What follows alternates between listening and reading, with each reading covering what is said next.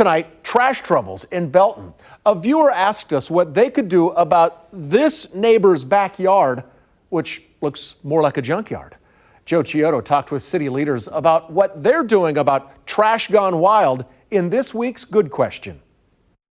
And this is a frustration no matter where you live. No matter how clean you keep your own house and yard, suddenly your neighbor's yard becomes your burden.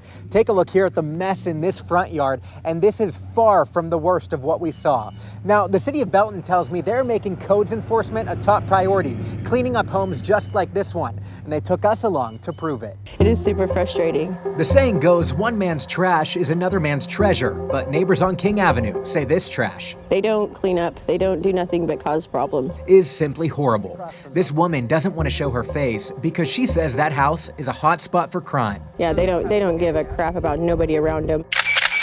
It's been a year of multiple ordinances and nuisance violations, according to City Manager Alexa Barton. Oh, it's caused a lot of frustration throughout the entire city. So we went knocking to find out how it got to this point. Is anybody available here that could talk with us about why it took so long to clean this place up or the situation that's going on right now? Look, I don't even know what's going on. I literally just moved in here. My name's Joe. I'm with Channel 5.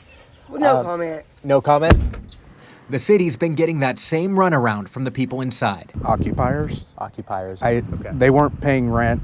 They took over his property. The homeowner doesn't live here. He's not staying here currently. He got ran out. So now cleanup falls on the city. It does cost taxpayers their money when the city ends up being the one that cleans it up. That's right. It is costing taxpayers money. This process has been started on this property since June of 18. And a lot of people would say, oh my gosh, it took you, 8 months, 9 months to get this to happen. Yes, we try to work with the property owners. We want them to clean it up because it's costly to come out and abate this for them. Police say once the owner's back, he will face fines. I look at this and think it's about time. Barton says this is just one example of a common problem.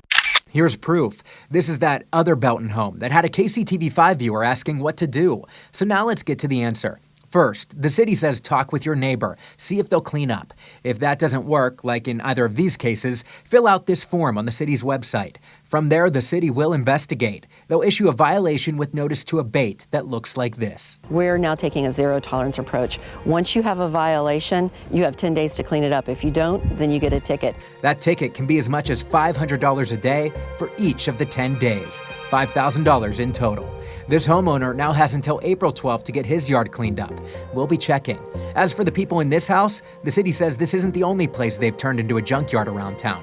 Her warning, you can run, but you can't hide. What I have to say to them is we know where you're going and we're coming there next. The city tells me that they will look at every complaint they receive from any resident here in Belton. However, you do have to be patient. Unfortunately, right now, they only have one codes enforcement officer.